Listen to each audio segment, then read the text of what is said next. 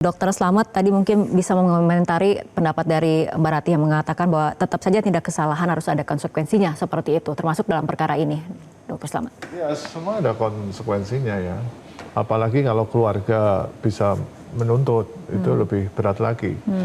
Tapi kembali saya memberikan masukan kepada media dan masyarakat harus memandang jernih gitu loh kasus ini.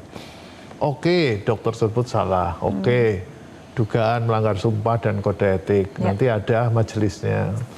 Jangan pepet kami untuk ini sanksi beratnya apa? Dipecat atau enggak? Jangan sampai harus seperti dipecat. itu, gitu loh. Justru yang paling berat pasien itu meninggal kenapa? Kenapa ditelantar? Malah tidak dibuka. Ada 220.000 anggota ID yang bekerja dari pelosok yang sangat terpencil di seluruh Indonesia. Jangan sampai perlakuan yang tidak adil juga nanti membawa dampak yang luas. Karena ini kan menyangkut sistem pelayanan kesehatan di Indonesia gitu loh. Dan faktanya dari survei internasional maupun Indonesia itu posisi dokter, kepercayaan masyarakat itu tertinggi. Perawat, dokter, guru itu biasanya tertinggi tuh di atas. Nah, itu kemudian yang menjadi pertanyaan, harus ada konsekuensinya agar kemudian menjadi efek jerah, agar tidak terjadi peristiwa seperti ini. Karena sebetulnya trust masyarakat kepada profesi dokter ini sangat tinggi, tapi kemudian karena ada perkara ini, trust masyarakat menjadi terganggu, tercoreng seperti itu, dokter. Ya mungkin menurut Anda seperti itu kan. Nah, masyarakat itu kan tidak hanya diwakili, ya netizen adalah mewakili lah kan ya. Tapi jangan sampai kita berbuat tidak adil. Kalau dia sudah minta maaf, nanti sama dokter KKI akan dipanggil rumah sakitnya, diperiksa. Ternyata orang ini di pelayanan masih baik, itu kan artinya jangan sampai dihakimi yang berlebihan. Tentu akan ada pertimbangan-pertimbangan ya. Ada pertimbangan banyak gitu loh. Tapi kalau kita dipepet, KKI cabut SR dan lain-lain, nah itu kan sudah tendensius. Kalau wartawan kan enak, kalau ada salah dikit hak jawab kan itu. Nah, tapi semua profesi tetap ada konsekuensinya tetap ada konsekuensinya. Itu yang paling penting. Betul. Saya lebih melihatnya efek belajar, Mbak, bukan efek jerak. Jadi belajar itu kan lebih besar dari kejeraan ya. Jadi ada efek belajar dari kasus ini. Ada pelajaran yang dipelajari seperti itu ya. Akar masalah itu yang harus diselesaikan. Oke. Nah, apa kemudian KKI juga akan menyorot mengenai akar masalah yang kemudian men-trigger fenomena seperti ini? Oh ya betul Pak. Ini kan sebetulnya kita jadikan momentum ya, momentum yang bagus sekali. Banyak sekali loh pembelajaran di sini, pembelajaran kekerasan melalui virtual kan belum pernah terjadi sebelumnya ya. Kemudian ini dilakukan oleh Nakes Named sendiri kepada pasien BPJS walaupun tidak kena ya. Tentu saja kita akan ke sana dan saya setuju dengan Dokter Slamet tadi. Memang akar masalah itu ya bagus juga itu diteliti sehingga ya balance kita adil ya. Artinya dokter ini juga berprofesi yang sangat luhur memberikan layanan kesehatan kepada masyarakat. Ya trust itu nggak boleh turun ya, nggak boleh hilang, harus tumbuh dan harus dipelihara. Nah pertanyaannya atau permasalahannya adalah siapa sih yang akan mempercayai dan ya masyarakat. Nah untuk itu jangan berlebihan seperti dikatakan tadi. Ya efek jerah boleh, tapi jangan berlebihan sehingga tidak memberi ruang maaf kepada sesama masyarakat kita gitu Bu ya.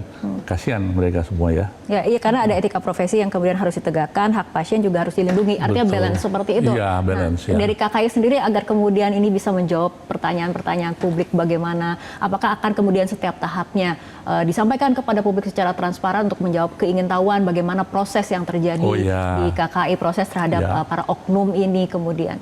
Ya, untuk membangun kembali trust ya.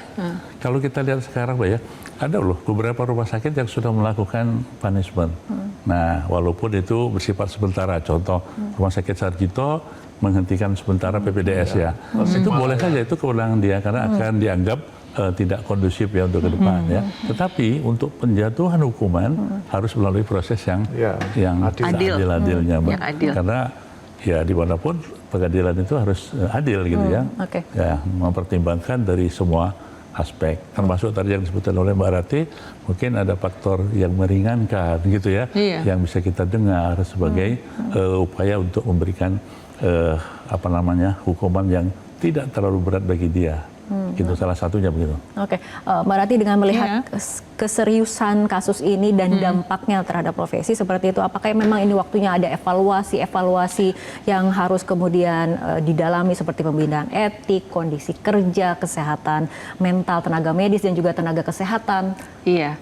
Ini PR-nya besar sekali nih, bukan cuman KKI, Kementerian Kesehatan, ID, saya dari Ikatan Psikolog Klinis Indonesia, dan banyak organisasi profesi yang lain ya.